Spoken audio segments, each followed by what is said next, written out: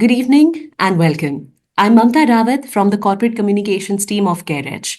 I welcome you to our discussion today on navigating the rocky road, smart meters key to revitalize power sector. We sincerely appreciate you taking the time to join us for this webinar. We would like to welcome our esteemed guest speakers for today. Ms. Asmita Goyal, Chief of Services and Group Executive at Secure Meters Limited. Mr. Sumit Grover, Chief Financial Officer at IntelliSmart Infrastructure Private Limited. Mr. Saahas, Chief Strategy and Operational Officer at Polaris Smart Metering Private Limited. Mr. Shashikant Agarwal, Head of Smart Metering Projects at Bharat Grid Private Limited. Mr. Shwetabh Verma, General Manager RDSS Scheme at Power Finance Corporation Limited. This session will be moderated by Sabyasachi Majumdar, Senior Director, and Ravleen Sethi, Director at CareEdge Ratings. We will commence this session with the presentation by Mr. SAHIL GOYAL, Director, and Utkarsh Sogani, Analyst at CareEdge Ratings. This will be followed by a panel discussion and Q&A session. In case of queries, participants are requested to key in your panel. We will take up your queries at the end of the discussion. Now, may I invite Sahil to make the presentation. Thank you, Mamta. Good evening, everyone. India's power distribution sector is undergoing a critical transformation with the push towards smart grids and advanced metering infrastructure. Smart metering adoption in India, though, is progressing rapidly. However, installation progress is lagging from the government's ambitious targets. We at CareEdge Ratings, in today's webinar, will discuss developments and trends in the smart meter sector. We will take you all through the inefficiencies in power distribution and how smart meters can help. Next, we will also discuss the adoption of smart metering across different states, opportunities, and impact it had. We will then cover the smart metering operating model, its value chain, and the execution pipeline and operational benefits. Finally, we will explore the way forward and credit implications. Let us first have a look at the global overview. The global smart meter market was valued at approximately $25 billion in 2024 and is projected to double over the next decade. By the end of 2023, more than 1 million smart meters had been installed globally, with expectations to exceed 1.75 billion by 2030, driven by the widespread adoption of smart meters. Developed countries, particularly Japan and USA, are leading, with Japan reaching 100% penetration and USA at 73% by the end of 2023, with their emphasis on carbon reduction, grid modernization, and improving efficiency. The global average penetration rate for smart meters was 43% and is expected to rise to around 54% by the end of 2030. Highlights a substantial growth opportunity, particularly in emerging economies. Asia reached 50% in 2023, with major contribution from China and Japan, and is projected to rise to 67%, driven by large-scale deployments in India, South Korea, Indonesia, and Singapore. Now, coming to India's smart meter landscape. India has an ambitious plan to install 25 crore smart meters, presenting a $25 billion opportunity. This large-scale transition is part of the Smart Meter National Program, launched in 2017 under the revamped Distribution Sector Scheme. India's smart meter manufacturing capacity is estimated at around 10 crore meters per annum, with top 8 manufacturers possess around 80% of the capacity. As of January 25, approx 14 crore smart meters have been awarded, with major players have secured orders for 9.2 crore smart meters. In terms of implementation, 2 crore meters already installed, with 56% operational under leading developers. Meters award has to grow at a CAGR of 30 to 40% over the next 3 to 4 years if the set targets are to be met. After having understood the global landscape and India's position in smart metering, let's have a deeper dive into India power demand and DISCOM positions. India ranks third globally behind China and USA, both in terms of electricity production and consumption. Over the past 3 to 4 years, the country's energy demand has grown by 7 to 10% annually. Looking ahead, it is expected that energy demand will continue to grow at a rate of 6 to 7% per annum over the next few years, as depicted in Exhibit 2. With this growing electricity demand, the financial health of DISCOMs is expected to deteriorate further. Exhibit 3 depicts the consolidated total losses and debt position of DISCOM over the years. A closer look at Exhibit 4 will help demonstrating that the performance of DISCOM remains constrained by several factors, including inadequate tariffs that don't cover the cost of supply, a substantial debt burden, delay in payments from government departments, and considerable AT&C losses. While some challenges are beyond the control of DISCOM, operational inefficiencies in billing and collection can be strengthened via metering infrastructure. This is where the RDSS and smart meters comes in. Now, let us have a closer look at the progress of RDSS scheme in India. This scheme have an outlay of Rs 3 lakh crore and aims to install 25 crore smart meter over a period of 5 years from FY22 to FY26. It aims to reduce the AT&C losses to pan-India levels of 12 to 15% and ACS ARR gap to zero. Under RDSS estimated budgetary support is of Rs 97,000 crore, including support of Rs 900 per smart meter, which translates into Rs 25,000 crore of budgetary support. Exhibit 5 depicts the yearly installation of smart meters, in which momentum seems to be picking up in FY24 and FY25. However, the implementation has been slower, primarily due to developers prioritizing IT infrastructure and consumer resistance to smart meter installation, among others. PFC and REC are the nodal agencies overseeing the smart meter deployment. Exhibit 6 present a detailed breakdown of the total sanctioned, awarded, and installed smart meter across India by the two nodal agencies. The data we have presented here is of pan-India level. However, it varies across states. Let us have a look in our next slide. Now, Exhibit 7 shows the smart metering status in key states of India. Top 8 states have been allocated 16.8 crore meters from sanctioned 22.2 crore meters. Meanwhile, of the 13.8 crore meters awarded, their share stands at 78%. Execution has been lagging post-awarding. Out of total installations done so far, Bihar and Assam constitutes 45%. Bihar is leading in the installation with 60 lakhs or 30% of overall India smart meter installation. In Bihar, 35% of smart meter sanction has been installed already.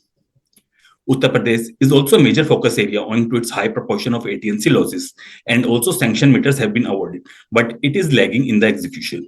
Maharashtra has a significant allocation of the RDSS outlay, but the sanction meters have already been awarded. Madhya Pradesh, Gujarat, Rajasthan, Tamil Nadu, and West Bengal have reasonable RDSS outlay allocations. Further, as depicted in Exhibit 8, AT&C loss recovery is also following the smart meter installation, with Bihar has the highest recovery in FY16 to FY23 period. States like Rajasthan, Uttar Pradesh, Bihar, and Haryana have made notable progress. In conclusion, while some states are making good progress in reducing AT&C losses and narrowing the ACS ARR gap, others still faces significant challenges. Existing players as well as new bidders will need to identify gaps, demonstrate know-how, and develop robust implementation SOPs for a successful rollout. AT&C losses and ACS ARR gap varies significantly across different states in India.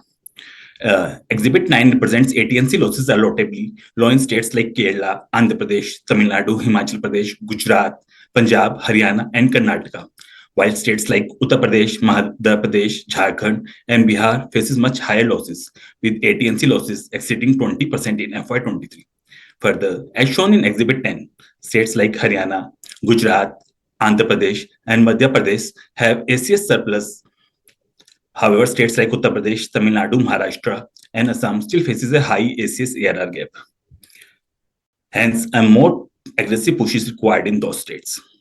Here, we have briefly presented the implementation roadmaps and estimated revenue benefits it may accrue to DISCOMs.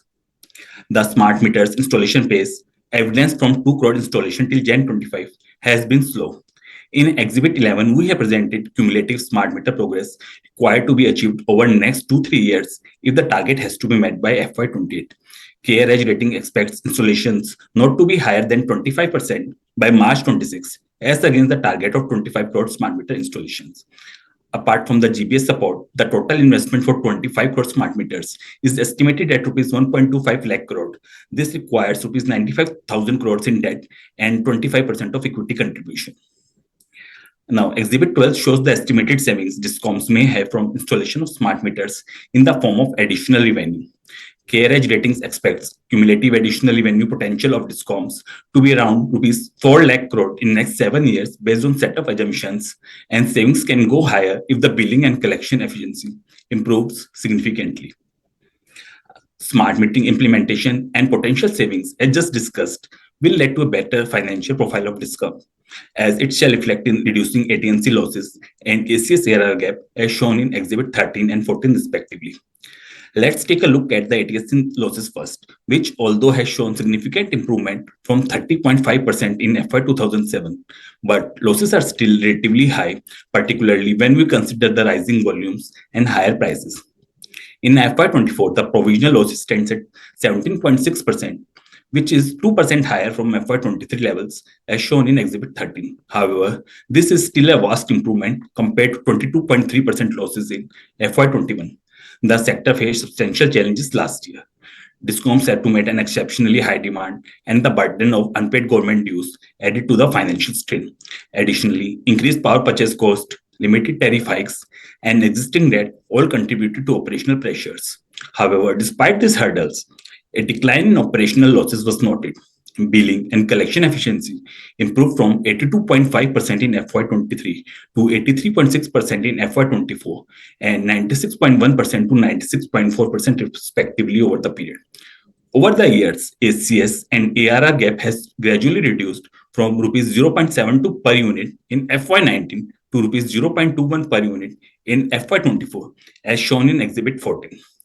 While this reduction is a positive sign, we are still far from closing the gap completely, which is the target. In conclusion, while the sector has made strides, there is still a lot of work to be done, and RDSS, now in its fifth year, remains a key strategy for bringing these inefficiencies further down. CareEdge Ratings expects AT&C losses to reduce gradually, while ACS ARR gap will also narrow down in coming years, but the target of zero seems far-fetched for now. Let us now take you through the entire value chain of smart meter deployment under RDSS scheme. AMISP is the responsible implementation agency appointed by utility based on DB foot, that is designing, building, financing, owning, operating, and transferring the AMI project after its life. AMISP oversees procurement, vendor selection, and installation. For installation, Discom issues a request of proposal for project allocation. Selection is based on Totex mode with the lowest monthly service charge bid winning. The selected bidder sets up a SPV and signs the contract with the Discom. Now, moving to financial structure, equity infusion by the selected bidder takes place, and AMISP approach lender for debt financing for upfront investment. AMISP procures smart meters from OEMs, financed through a mix of equity, debt, and gross budgetary support. Once the smart meters are installed, monthly payments to MISP will be secured via direct debit facility with minimum 5x cover from consumer electricity online payments. Payments flow through an escrow account, prioritizing debt servicing before AMISP profits. This structured approach ensures efficient deployment, financial security, and seamless transition for Discoms. Now, I request Utkarsh to take us all through the remaining slides. Thank you, Sahil. After having looked through the flow of revenue, we will discuss the key contract terms involved in the deployment of smart meters under the RDSS scheme. First is the contract period. The contract duration is a minimum of 10 years from the date of execution or until the completion of total meter months post-operational go-live. The O&M period continues till the end of the contract. After 10 years, the project is transferred to Discoms at no additional cost. Second is the contract price and security. Payment will be on per meter per month rate for operational months. Performance bank guarantee of 10% of the contract price is required during installation and 5% during the operational period. Third is the project implementation schedule. Installation of 5% of the total meters must be completed within 7 to 9 months, and the total installation must be completed within 27 to 30 months from the contract execution. Fourth is the DDF and payment mechanism. DDF is set up to ensure a minimum 5x coverage of the estimated monthly payment to AMISP. DDF distribute all proceeds into an escrow account, prioritizing lender payments before AMISP receive its service charges. Fifth is the termination payment. In case of AMISP's event of default, 60% of the termination payment value is applicable, while in case of utilities event of default, 100% of the termination payment value is applicable. Sixth is the penalties. Liquidity damages apply if there are delays, with 50% of the AMISP service charge deducted for a maximum of 12 months. AMISP bears the cost of penalty if meters are found faulty or if they fail to comply with service legal agreements. The maximum penalty is capped at 10% of the contract value. Seventh is the incentives. To encourage timely completion, an incentive of 1% of the contract value is provided at least 1 month in advance of project completion. We will now discuss the cost structure and projected cash flow for installation. The average meter cost varies largely depending upon the meter type and quality and estimated to be around rupees 2800 to 4000. Further, total installation cost ranges from rupees 4000 to 5500, which will need to be paid upfront during the construction period. Further, assuming average O&M cost of rupees 1200 to 1500 per meter and factoring in contingencies, the total cost for meter life cycle for AMISP remains to be around rupees 5600 to 7600. Now, per meter per month income of rupees 65 to 100 for 94 months of average operational period will lead to the total income or average bid price per meter of rupees 6000 to 9000. After including grant income of rupees 900 per meter, which can also go higher up to rupees 1800 per meter for special category states, operating margins are expected to be rupees 1300 to 2300, yielding operating margins of 23 to 30%. The coverage metrics are expected to remain comfortable, assuming a capital expenditure of rupees 55 crore for the installation of 1 lakh meters assumed to be financed through a 75 to 25 mix of debt and equity, with debt carrying an interest rate of 9.5% and the debt financing occurring in two phases. The expected annualized internal rate of return for the project is around 11 to 12% per annum, and the average DSCR is anticipated to be comfortable at 1.3x. Further, we have shown various sensitive scenarios for any interest or cost overrun and depicted DSCR under the various such cases. This sector has attracted significant participation owing to the low sales risk, shorter investment horizon, immediate cash inflows upon achieving 5% installation, and the security provided by the payment mechanism. Going forward, the continued interest of the various key stakeholders and also on-ground implementation is key monitorable. In next two slides, we will outline the cash timelines through the project life cycle. In this slide, we focus on the cash flows up until the go live phase. We assume that AMISP will achieve the go live status with 5% of the smart meters, that is 5000 meters, becoming operational within the first 7 months. The remaining 95,000 meters are expected to be installed after 27 months, resulting in an average meter usage of 94 months. For the initial 5% of meters, the upfront cost requirement will be financed through a 75 to 25 mix of debt and equity. Once the funding is secured, AMISP will deploy 5000 meters and achieve the go live status. From that point, the company will receive per meter per month income for the operational period of 113 months for 5% meter. At the same time, AMISP will incur O&M cost per meter per month related to the deployed meters. Additionally, a grant income is assumed once the go live status is achieved. After achieving the go live status for the initial 5% of the meters, AMISP player will secure funding for the remaining 95% of the meters to be installed. That is 95,000 meters over the next 20 months with a total installation period of 27 months. The balance funding will again be funded through a 75 to 25 mix of debt and equity for the second phase. Following this, the procurement and installation of the remaining meters will take place. Similarly, the company will be eligible for a grant income for the remaining 95% of the meters. Additionally, the company will earn per meter per month of AMISP income while incurring O&M cost for the next 93 months. The cash flows from earlier 5% go live meters will continue. Upon completion of the 10-year life cycle, the entire infrastructure will be handed over to DISCOMs. Moving to the next slide, we will discuss the pre-commissioning risk factors in the smart meter deployment for AMISP. First is the meter supply contract risk is exposure towards O&M partners with high probability and high impact. The mitigants are implement backward integration and partner with an experienced EPC contractor. Second, financial closure and delay with low probability and high impact. Mitigants are optimize financing through lower leverage, strong sponsor, and structure repayments. Third, counterparty credit risk with exposure towards DISCOM with low probability and high impact. Monitoring digital collection tends to assess payment stability can somehow mitigate the risk partially. Fourth, strict timelines and consumer retaliation can result in lower operational months and penalties for delay. With high probability and moderate impact, mitigants are use project management tools to ensure compliance with deadlines, implement robust execution strategy. Fifth is the O&M risk and contingencies are higher than anticipated cash outflows in the operational period, also due to replacement of faulty meters with low probability and moderate impact. The mitigant strategies are adhere to O&M benchmark rates, plan for tech upgrades, ensure regulatory clearances, and consider descoping strategies.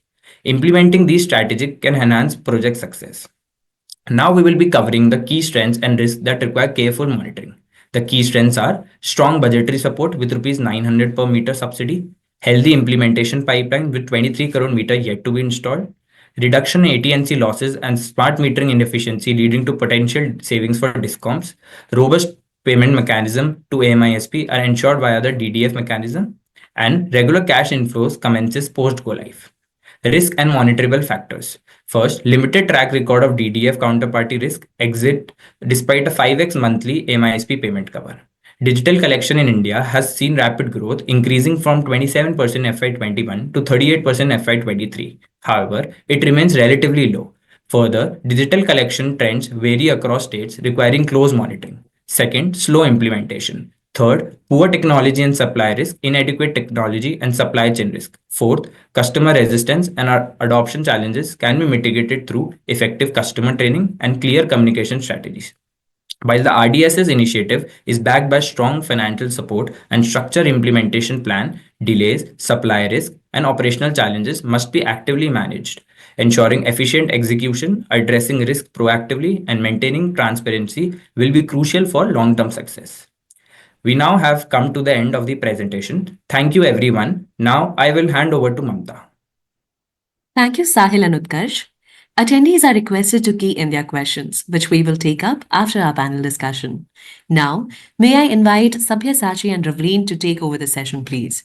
Sabyasachi Majumdar is a senior director at CareEdge Ratings. He has over 25 years of experience in credit rating and sectoral research across diverse sectors such as power, renewable energy, cement, sugar, chemicals, oil and gas, etc. He is an alumnus of IIM Lucknow and Delhi College of Engineering. Ravleen Sethi is a director at CareEdge Ratings. She is a qualified chartered accountant and has over 14 years of experience in corporate accounting and credit rating across diverse sectors such as cement, hospitality, healthcare, and sugar, among others. Over to you, Sabyasachi. Thanks, Mamta. Good afternoon, everyone, and a warm welcome to all the attendees for our webinar today, which is of smart metering. Very wonderful presentation by Sahil and Utkarsh, which sets the context beautifully for our presentation.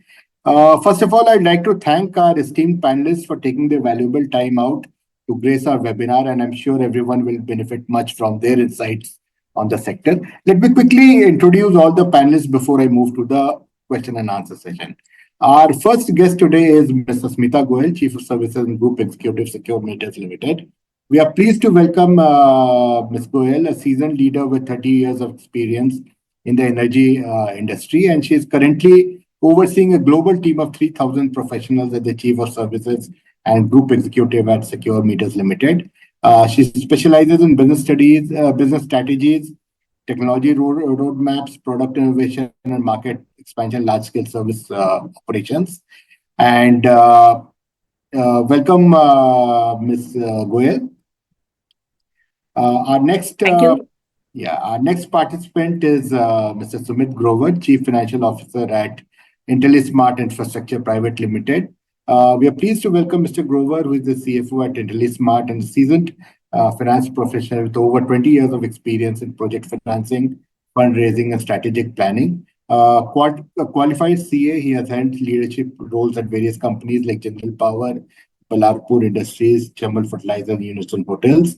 And with a deep expertise in finance and compliance, it brings valuable insights to today's discussion.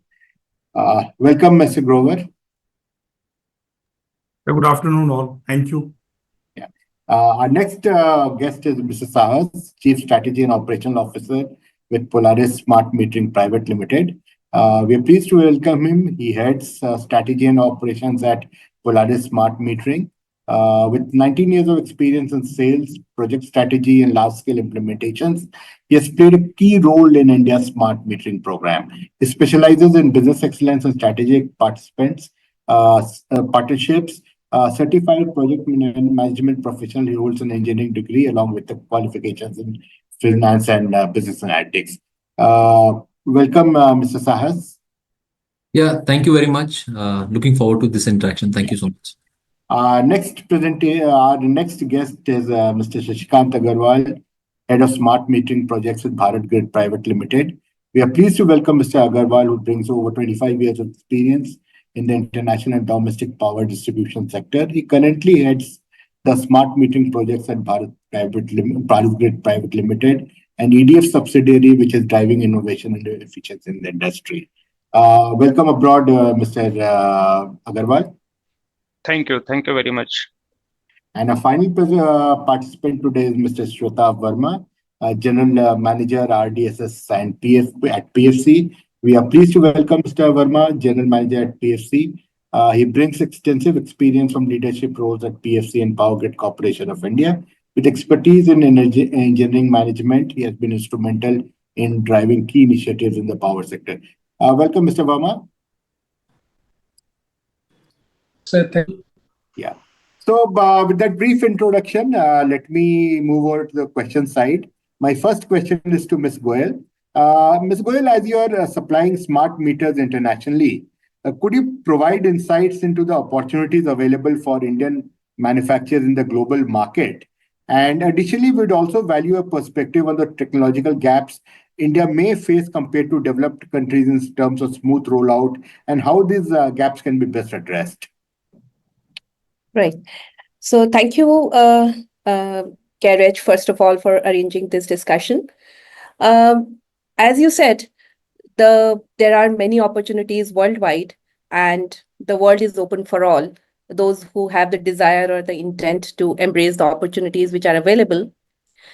We have been doing this for more than 25, 30 years now. We have been major suppliers of smart metering rollouts in the Great Britain and Australia, and have been suppliers of high-end grid metering, tariff metering, and panel instruments worldwide in more than 50 countries for all these years.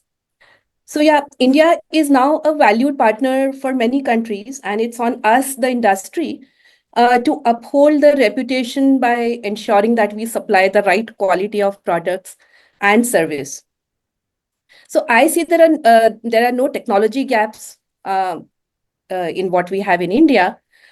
Just we need to comply to the standard and the performance requirements of the global markets and the specifications, which means that we need to design and manufacture the products that comply to the required performance standards, and which means that we need to have the processes and service levels that meet the expectations of global customers. So as in Secure, we have only one standard. We follow the same benchmark, whether we are supplying in India or to developing countries or developed countries. Because, what happens is it's the culture and the processes and the mindset which determines what we produce. And this needs to be same and aligned to produce consistent quality for all our customers. So yeah, there is no dearth of opportunities, and the world is open for all.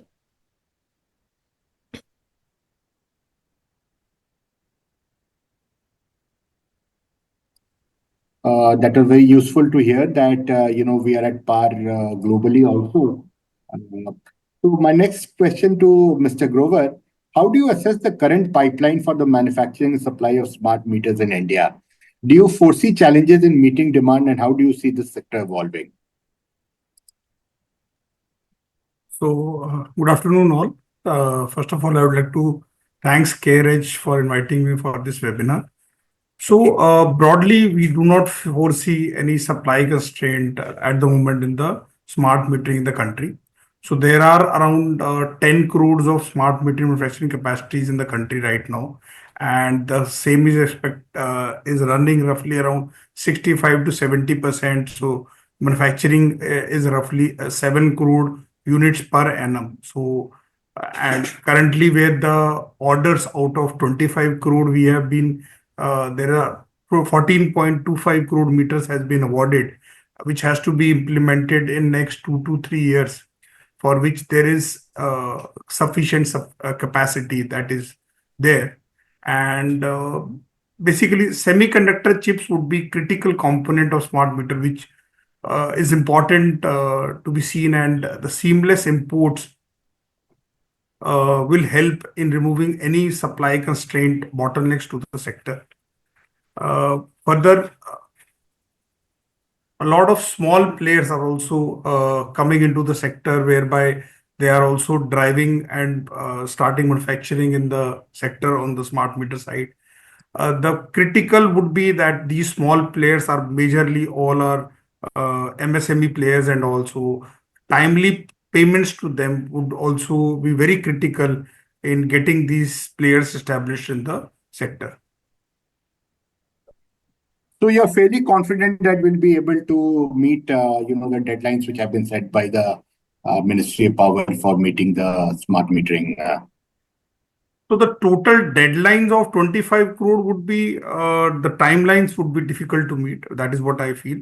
But the kind of the orders which have been executed, which is of 14 crore meters, over 2-3 years, this should get implemented with the kind of capacities we have in the country. So capacity side, at the moment, there will not be any constraint for 2-3 years down the line. Okay, so absolute meeting is not a problem, but there might be spillage compared to what was expected in the original Ministry. Absolutely.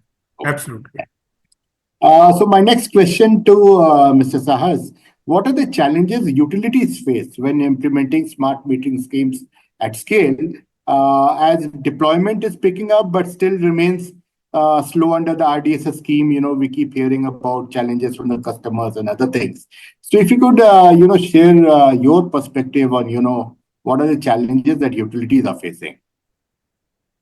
If you may permit to probably look at this question differently, it's challenges which are there with respect to the implementation of the program, and not necessarily limited to only utilities, per se. Just picking the thread from what Sumit was just mentioning, and your question whether how much feasible is the program to be implemented in the time frame. I was looking at certain, and the input that probably I'm going to share could be a month or so out of real time. But then today the total installations that were happening all across India, if you look at, I think a few thousand number here and there, but about 30,000-40,000 smart meters would be getting installed in a day, as compared to actually, even if I forget about 25 crore, but the sanctioned meters which are there, this particular requirement goes to about probably about 2.5 lakhs installations per day, essentially meaning that the scale has to go 5 times from where we are today. Now, with that context said, what is important to know is that there are various interfaces once the program is awarded and various stakeholders are coming on board. There are various stakeholders that certainly get aligned as and when the program takes shape, or a particular contract, or a particular concessionaire hits the ground. And that has to be fairly standardized, and given that we are working in a scenario where each concessionaire would have their typical requirements and interfaces, these need to be streamlined case to case basis. But with that said, the common requirement which goes towards both as an AMISP and also utility and other stakeholders, it is quite essential that the business processes which are required are aligned, so that the integrated system can be up and running as fast as possible. As you would, I was just telling that about 2.5 meter installations to happen on ground, the operating procedures or the ground up procedures which are there essentially to actually do the replacement of meters or put new meters, those need to be fairly standardized. And then most importantly, sticking to the contract requirement is very important. And essentially the goal alignment amongst all the stakeholders is most important aspect of this, for making the program more successful. So be it approvals of GTPs, approval of SOPs, finalization of business processes, integration, and then from once that is done, it actually sets the ground right. And then in parallel, as Sumit was mentioning, that managing the supplies, manufacturing, and then on ground implementation come into picture. So standardizing and bringing this system on alive in the initial phase is the most important aspect, and then taking it forward to scale it up. So standardizing and systems, that's the name of the game, if I understand correct. Yeah. Okay. So my next question is to Mr. Verma. to Mr. Agarwal rather, what are the key challenges that we are facing on the ground in ensuring that all sanctioned smart meters are actually awarded? And, what are the challenges regarding, status of receipt of subsidies from the government, and what strategies can be adopted to bridge the gap between the sanctioned and awarded smart meters implementation? Yeah, so thank you for this opportunity. So basically, in the presentation, we have seen that in some states there is no gap between sanctioned and awarded, or almost there is no gap. But in some states there is a huge gap, and as Mr. Saahas said, so there are multiple challenges during implementation of smart metering projects. That is related to many problems, and these are technical, financials, or agreement between DISCOM and AMISPs on different approvals. So by seeing the progress on AMISP projects in different states, so some of the states are getting hesitated to award the quantity to the AMISPs, new AMISPs. That is one issue. Another issue is that sometimes some states are comparing AMISP tariffs with other states. So they are thinking that in that particular state tariff is very low, but in our state tariff is not that low. So what is the reason? And they are hesitating to award the contract to AMISPs. And similarly, in the same state also, so I am taking example of Punjab, where we have bidded for two projects. One is South, one is Border. In South, we have given lower tariff than Border.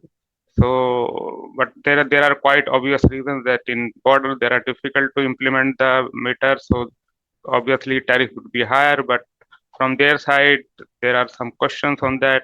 So they are hesitating to award projects for Border actually. So these are some regions for means that's why there is a difference between sanctioned and awarded quantities. But that can be mitigated after detailed discussion with discoms, and we can have an explanation on these, that why there is a difference in tariff.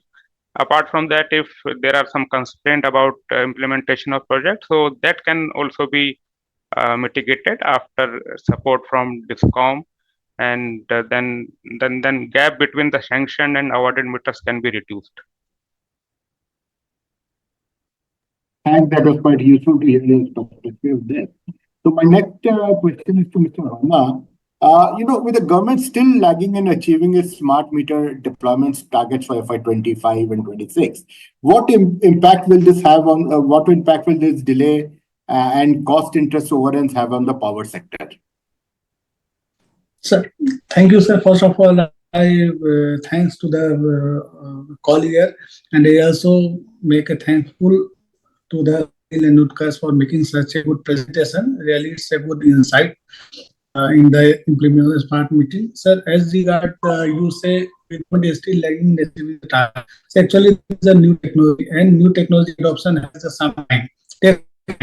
And plus, one more, the technology adoption requires the perception changing the consumer. The benefits, since the smart metering project applies to a local area, but throughout the diversity of the India, one which I say requires the perception changing. Once the consumer think or perceive view that the smart metering is beneficial for the comfort to the other, certainly. Should take the example of fax machine. No one ready to take initially the fax machine. Just the consumer asks, okay, I will take, but what the use if it does not have with the some another? But if this person continues, the comes a hit. So first of all, one has to accept, make a perception that it is good.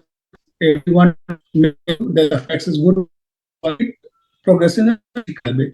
At present, there is hamper progress smart because the smart metering project is one the for the power. The marketing was inclusion because before 10 years ago, the rejection point limited. But with passage of the every the points become infinite. Can I go rejection comes and point? If expected could be limited and compulsory grow by several manifold times, then sector faces a huge like individual smart meter. It throws all its projects as one not high risk as a state of being a it's if in the environment or Babu, I believe there are network issues at Mr. Verma's end. Maybe We are losing Mr. yeah. Verma. So, meanwhile, till Mr. Verma comes back online, I'll have one more question for Mr. Grover. How do you see, this sector 3 years down the line? What do you think would be India's achievement over the next 3 years? Where will the industry be placed 3 years down the line?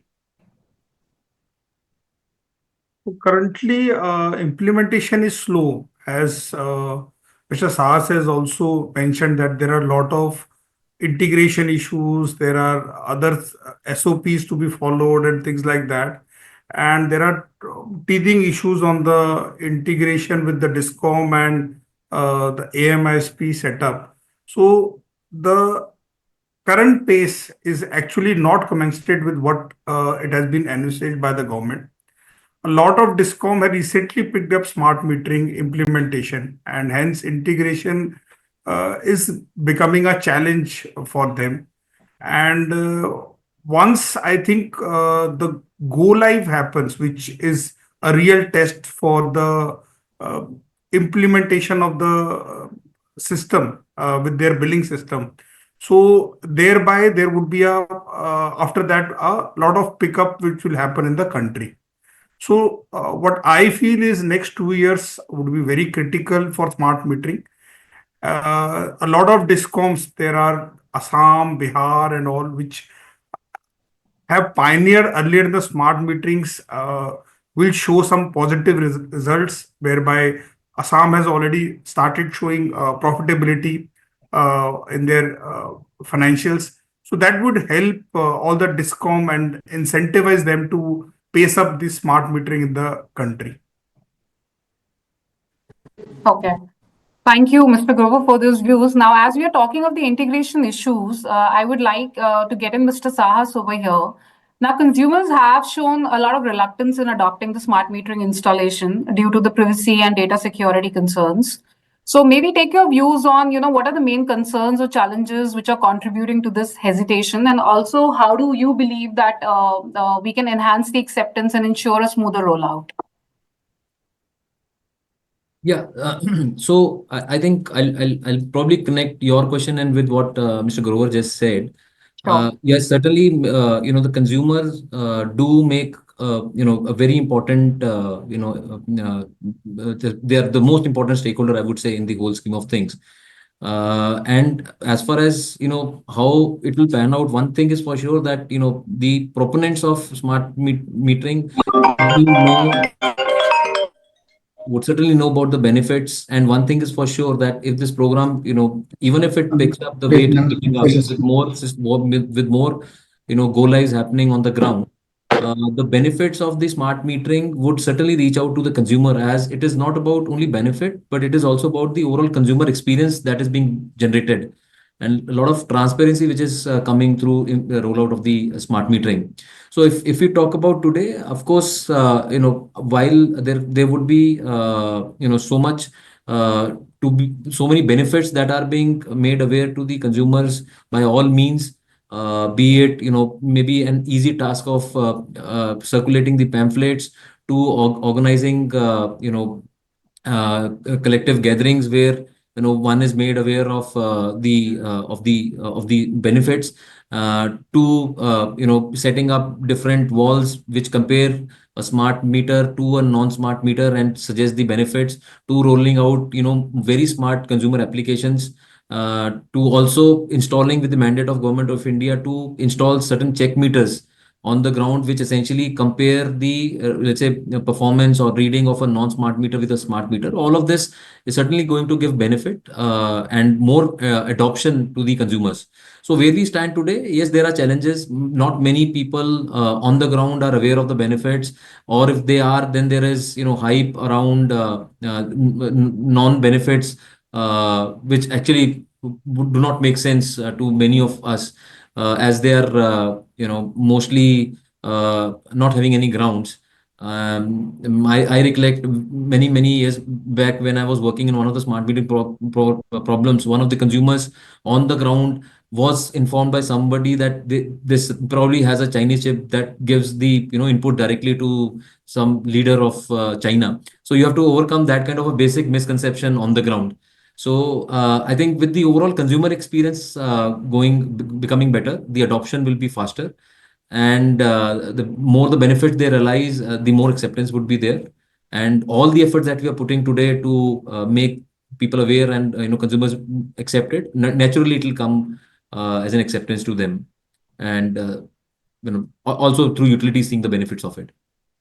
Okay, sure. So we believe educating the customers and the troubleshooting assistance should certainly help. Do you also believe offering some kind of a financial incentive or rebate for an early adopters would be a strategy somewhere down the line if the resistance still is there? Do you have views over there? I think this will be a subject that will be best answered by the regulators and utility. I think there could be benefits and there could not be benefits as well. But one important aspect I would also want to touch upon the overall consumer experience perspective is that all the mandates require a real-time setting up of a monitoring control unit, NOMC. Which actually also not only helps monitor the health of the overall system better, but also enables responding to any issues which are there on the ground faster. So this has already been thought through in the program, and all the MISPs along with the support of utilities are implementing and monitoring them. Okay. So certainly quick issue resolution would certainly enable. But on the previous point, I think I personally would believe that that can make sense. But then regulators and probably the utility will be best placed to respond to that. Sure. Thank you. Those were good insights. Moving on to Mr. Shashikant.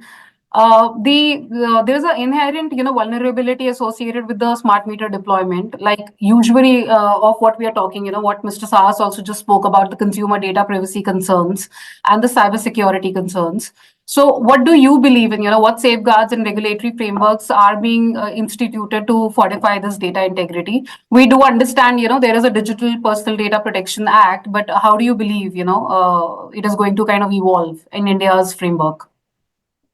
Yeah, so there are different mechanisms, and I believe that all of the MISPs are implementing those cyber security protection mechanisms. For example, data encryption between a smart meter and data center, and secure communication protocols so that even encrypted data cannot be theft, and then multi-factor authentication, rule-based access, regulatory security audits and penetration testing regularly, incident response and management basically. So if there is an incident, then there should be quick response to that. And another thing is consumer anonymization basically. So consumer name and consumer ID or consumer number should be masked in the database itself. So even if someone penetrate into the data, so he will not be able to understand this data is belongs to which consumer. And another thing that all the cybersecurity standard given by CA, MITI, ISO 27001. So I think all AMISPs are implementing these standards, and there should be a regular testing of all these standards. But based on my experience, two things are being means not taken care by AMISP sometimes. For example, education to their users, means AMISP employee users or DISCOM users, they should be trained that their laptop should not be kept open once they are not on the seat. So whenever they are leaving the seat, the laptop should be locked, so no one can use their laptop. Second one, if they are not using the application, they should shut it down. They should not be open every time on their laptop. And third point is, which is based on my experience, that these people, I mean, any employee of Discom or AMISP should not allow to access any AMISP application, AMI application through their mobile app. That is in-secured device, and these AMI applications should not be accessible through mobile. So, taking care of all these things, we can ensure detailed, means robust cyber security, and in that case I think no one be able to uh, come into our system without our permission. Okay, sure. But you said that all MISPs are implementing this, but more of this is kind of evolving still? I think we are at a very mature stage. So if we are implementing all these things, and all the users are well educated, and if they follow all the processes, guidance, then there are very rare chance that anyone can enter into our systems. Sure. Thank you. Thank you for those views. So we move to Mrs. Smita. Do you think that these various policies, since we are talking of the integration things, but do you think that varying these policies across states, they are different, they hinder the smooth rollout of these smart metering, and any standardization nationwide would help pace the implementation? Or is there any learning that we can get from those developed nations, since you've seen that over there, that probably can help us? Right. So there are two parts to your question. So I'll take the standardization second. Sure. Let me just touch upon the first part where you said, how does it pan out overall, and how does the smart metering journey look like? See, the success of smart metering program will totally depend on what the benefits the customers see, and once the customers see the benefits, they will be passed on to the consumers. Unless these benefits are seen, this program will not become a success. And if we keep on only counting the number of meters installed on the wall, this will become like no other, it will be the same as all other programs that have been in past. So this is a journey, I feel, and the journey is of getting first the revenue stream right. So with the smart metering rollout, and especially wherever prepayment has been mandated, we have seen the improvements and the benefits come in very fast. So in the areas worldwide, whether it's India or developed countries, wherever prepayment has been institutionalized, the basic revenue stream and revenue realization problems improve. And therefore, then the discoms can move on to look at other benefits from the vast amount of data that they are collecting with these systems. So unless they are able to make sense of the data and use the data that these systems are enabling them to collect, and really improve the system reliability, power availability, quality of supply to their consumers, this value of this entire program will not be seen. And that's what the step I would feel that is really important for everybody to walk that path.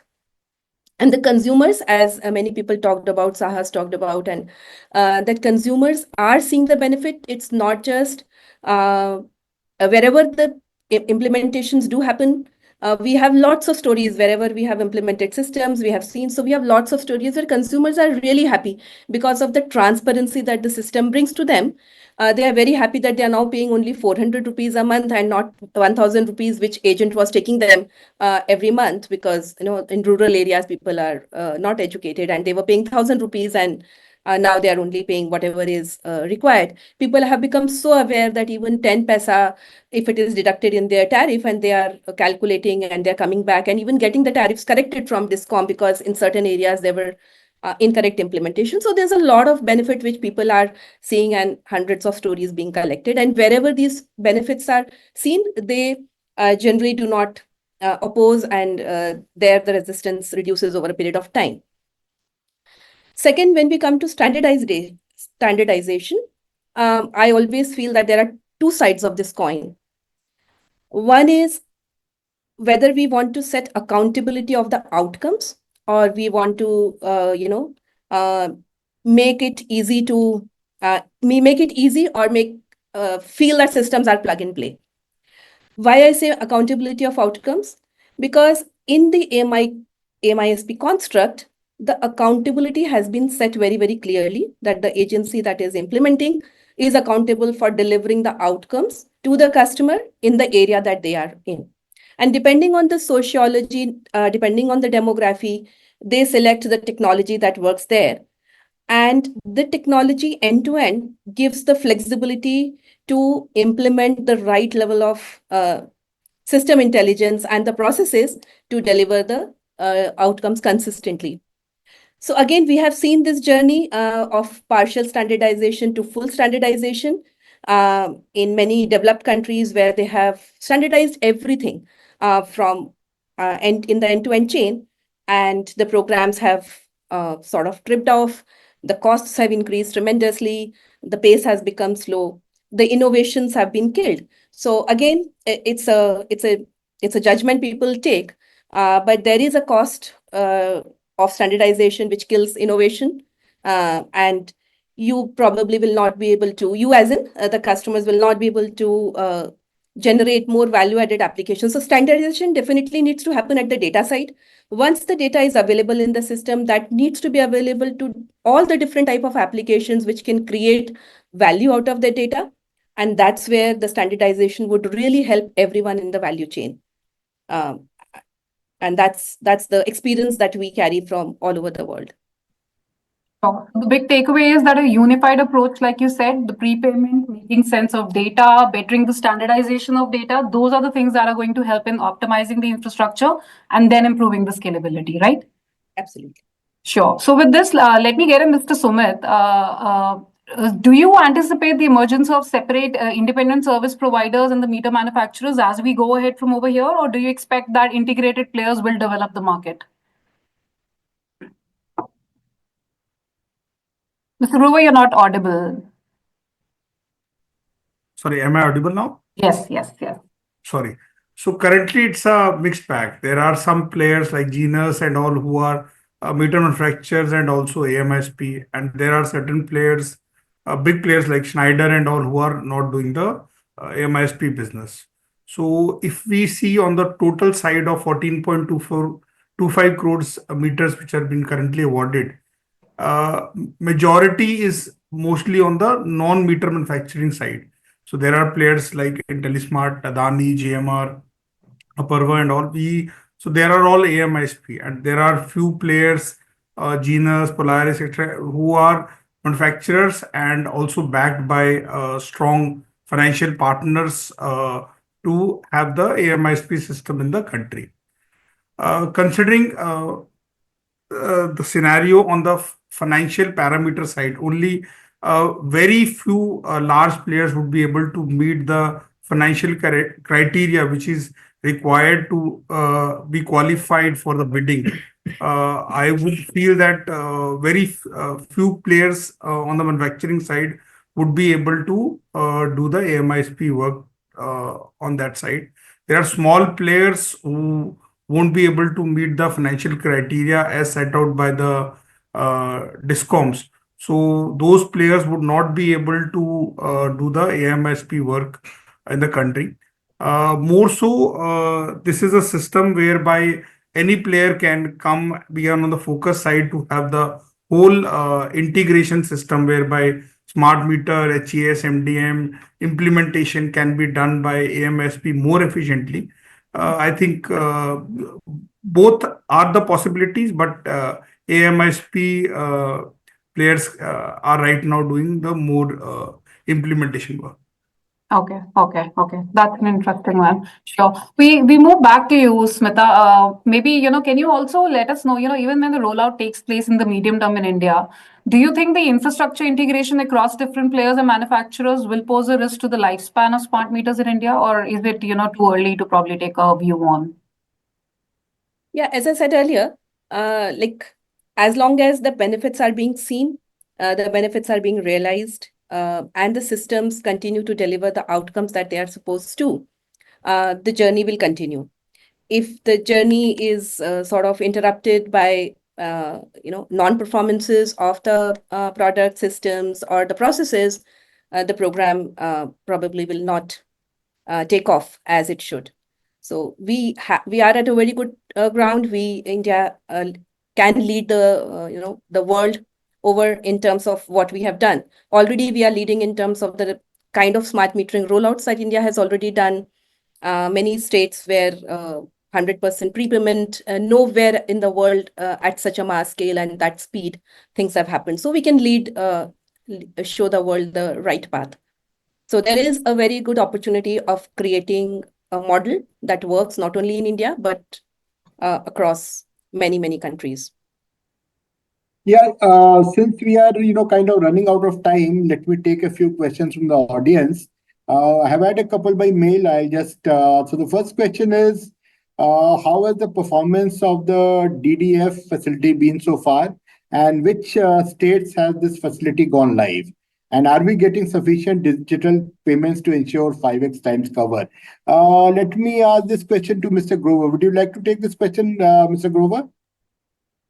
Yeah, I can. DDF is the most robust system, I think, which has been put across in the SBD. So, whereby not only is the way it has been built up, and also on top of it, the AMSP charge has been categorized as the O&M charge for the discount, whereby it will fall above the interest payments for the under the TRA mechanism of any bank. So currently it is getting implemented. So from our side, Bihar has implemented and we have got few payments under that. Rest we are waiting for our go live and other things to follow. But in nutshell, this is the most important criteria for the financial sector to believe that smart metering will have its own standpoint to have the payments in time. So we have yet to see other players to have adopted this DDF mechanism. But on just to add that side, that it is the most wonderfully made system. Yeah, thanks. The second question that I have is, what are the upfront and ongoing costs associated with implementing a smart metering system? Maybe this question I could address to Mr. Agarwal. Yeah, okay, thank you. So basically, some costs are upfront. For example, a smart meter procurement. So we have to give a smart meter cost as soon as we procure it. Similarly, for communication infrastructure, especially if it is RF mesh, then installation, deployment of meters, then ICT system and its integration. So these are some costs that those are upfront, and some other costs are ongoing basis, like telecommunication service charges. Those are on monthly basis based on the per meter per month. Similarly, regular maintenance of a smart meter and communication infrastructure. Then data management and analytics cost. For example, ongoing cost for data storage, processing, and analytics. That is basically cloud charges and some software upgrades and updates, and then energy and operational costs. So some setup cost also, that those are ongoing costs. So yeah, so some costs are upfront and some costs are ongoing, and we need to make balance between that, because if we are going with ongoing cost instead of upfront cost, then there are obviously financing costs will also increase.